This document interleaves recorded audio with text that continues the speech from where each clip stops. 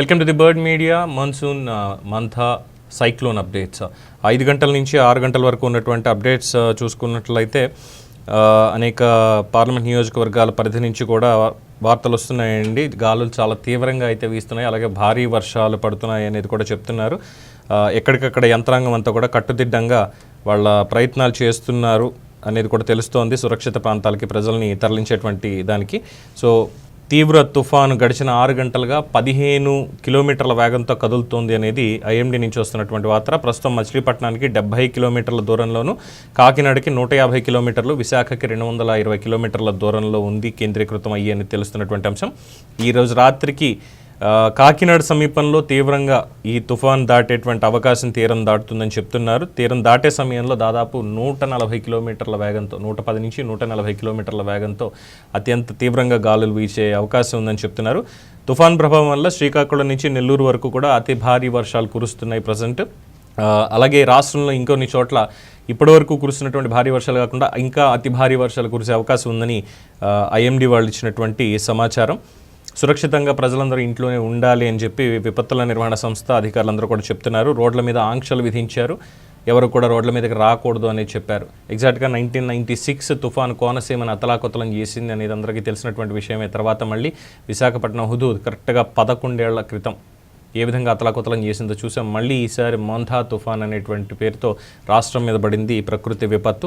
So రాత్రి 7 గంటల నుంచి అధికారులు హైవేల మీద ప్రయాణించే భారీ వాహనాలను ఎక్కడికక్కడ నిలిపివేస్తున్నారు. రవాణా సౌకర్యం అనేది ఉండదు అనేది కూడా స్పష్టంగా తెలుస్తోంది.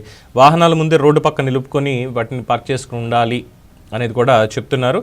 అత్యవసరమైతే తప్ప ప్రయాణాలు చేయొద్దని కూడా చెప్తున్నారు. ఇక ఈస్ట్ కోస్ట్ రైల్వే జీఎంలతో రైల్వే మంత్రి వీడియో కాన్ఫరెన్స్ నిర్వహించారు. తెలుగు రాష్ట్రాలు ఒరిస్సాలో తీసుకున్న చర్యలు ఏంటి అనేది కూడా అడగడం జరిగింది. నిర్ణయాల కోసం డివిజనల్ వార్ రూమ్ ఏర్పాటు చేయాలని చెప్పారు. అవసరమైన సామాగ్రి, యంత్రాలు, అలాగే సిబ్బందిని సిద్ధంగా ఉంచాలని చెప్పారు. విజయవాడ, విశాఖ, గుంటూరు డివిజన్లు కూడా చర్యలు తీసుకోవాలి, ప్రతిక్షణం అప్రమత్తంగా ఉండాలి. ఎక్కడన్నా ప్రమాదకరంగా ఉంది అంటే కనుక ఇప్పటికే దాదాపుగా 100 రైళ్లను విజయవాడ డివిజన్ పరిధిలో ఆపేయడం జరిగింది రికార్డు స్థాయిలో. అలాగే తెలంగాణ సంబంధించినటువంటి పరిధిలో కూడా దాదాపు 92 రైళ్లను రద్దు చేశారు ఇప్పటి వరకు.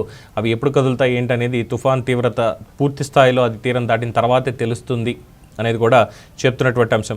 ఇక లోతట్టు ప్రాంతాల్లో ఉండేటువంటి వాళ్ళు చాలా వరకు అప్రమత్తంగా ఉండాలని చెప్తున్నారు. 2 రోజుల పాటు తేలిక నుంచి మోస్తరు వర్షాలు కురుస్తాయి అని చెప్తున్నారు వాతావరణ నిపుణులు. కొన్ని చోట్ల భారీ నుంచి అతి భారీ వర్షాలు కురిసే అవకాశం కూడా ఉంది. కర్నూలు, అనంతపురం, సత్యసాయి, చిత్తూరు జిల్లాల్లో వర్షాలుంటాయి. కొన్ని ప్రాంతాల్లో ఆకస్మికంగా వరదలు సంభవించేటువంటి అవకాశం ఉంది అనేది కూడా తెలుస్తున్నటువంటి అంశం. కొన్ని చోట్ల కొండ చర్యలు విరిగిపడేటువంటి అవకాశం కూడా ఉందంటున్నారు. అలాగే మత్స్యకారులు ఎవరు కూడా 3 నుంచి 5 రోజుల పాటు సముద్రం అల్లకల్లోలంగా ఉంటుంది కాబట్టి తీరం దాటిన తర్వాత కూడా దయచేసి వేటకి వెళ్ళొద్దు అని చెప్తున్నారు. 3 రోజుల తర్వాత తగ్గింది అని ప్రకటన వెలువడిన తర్వాత అప్పుడు వెళ్ళొచ్చు. ఒకవేళ అప్పుడు కూడా వెలువడకపోతే ఖచ్చితంగా ఇంకొక 2 రోజుల పాటు దయచేసి వేచి ఉండాలని చెప్పి వాళ్ళు చెప్తున్నారు. అలాగే కాకినాడలో 10వ నెంబర్ ప్రమాద హెచ్చరిక జారీ చేశారు. విశాఖ, గంగవరం పోర్టులో 9వ నెంబర్ ప్రమాద హెచ్చరిక జారీ చేశారు. మచిలీపట్నం, కృష్ణపట్నం, నిజాంపట్నం పోర్టుల్లో 8వ నెంబర్ ప్రమాద హెచ్చరిక. అలాగే లోతట్టు ప్రాంతాల వాళ్ళందరూ కూడా అప్రమత్తంగా ఉండండి అని చెప్పారు. సాయంత్రం నుంచి రాత్రిలోగా తీరాన్ని తాకే అవకాశం ఉంది. తుఫాన్ ఇంకా కాకినాడకి 150 కిలోమీటర్ల దూరంలో ఉంది, మచిలీపట్నానికి 70 కిలోమీటర్ల దూరంలో ఉంది. సో కాకినాడ దగ్గరే తీరాన్ని దాటేటువంటి అవకాశం ఎక్కువగా ఉంది అనేది ఐఎండీ వాళ్ళు కూడా చెప్తున్నటువంటి అంశం.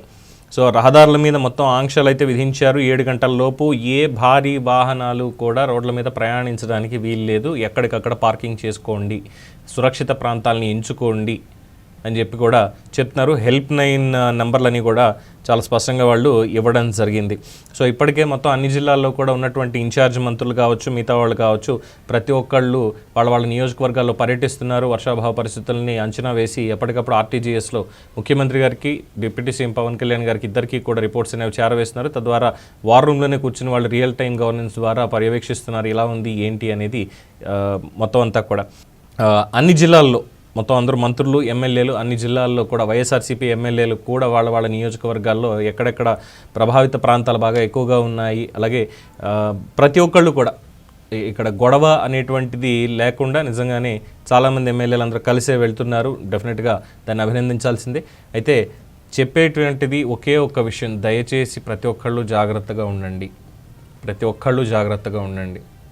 అత్యవసరమైతే తప్ప, అత్యవసరం అయినప్పటికీ కూడా ముందుగా ఏదైతే హెల్ప్ లైన్ నెంబర్లు ఇచ్చారో మీ అవసరం ఏంటి, మీకు ఉన్నటువంటి ఆ అత్యవసర పరిస్థితి ఏంటి అనేది ముందుగా వారికి వివరించండి. వారు గనక యాక్సెప్ట్ చేసి ఓకే మీరు అక్కడ రావడానికి ఉందా, లేదంటే మేము రావడానికి అక్కడ పాసిబిలిటీ ఉందా అనేది చూసుకుని అధికారులు మీ దగ్గరకు వచ్చేటువంటి అవకాశం ఉంటుంది. కాబట్టి దాన్ని వినియోగించుకోండి. దయచేసి సామాన్య ప్రజలు ఎవరు కూడా ఊరికే రోడ్ల మీదకి రావద్దు, ప్రయాణాలు అలాంటివి పెట్టుకోవద్దు. అలాగే హైవేల మీద ప్రయాణం చేసేటువంటి బస్సులు, ఆర్టీసీ బస్సులు కావచ్చు, ప్రైవేట్ బస్సులు కావచ్చు, కాస్త జాగ్రత్తగా ఉండాలి. అలాగే చెప్పాం కదా, ట్రాన్స్పోర్టేషన్ అనేది 7 గంటల తర్వాత బంద్ అయిపోతుంది. హెవీ వెహికల్స్ ఏదైనా సరే, అది బస్సులు కావచ్చు, లారీలు కావచ్చు. ప్రస్తుతానికి లారీలు ఒకటే చెప్పారు, ఆర్టీసీ బస్సులు కానీ ఇవి కానీ ప్రయాణించే అవకాశం ఉండకపోవచ్చు. సో ఎక్కడికక్కడ ట్రాన్స్పోర్టేషన్ అనేది ఒక 24 గంటలు ఖచ్చితంగా ఆగిపోతుంది అనేది మాత్రం వాస్తవం.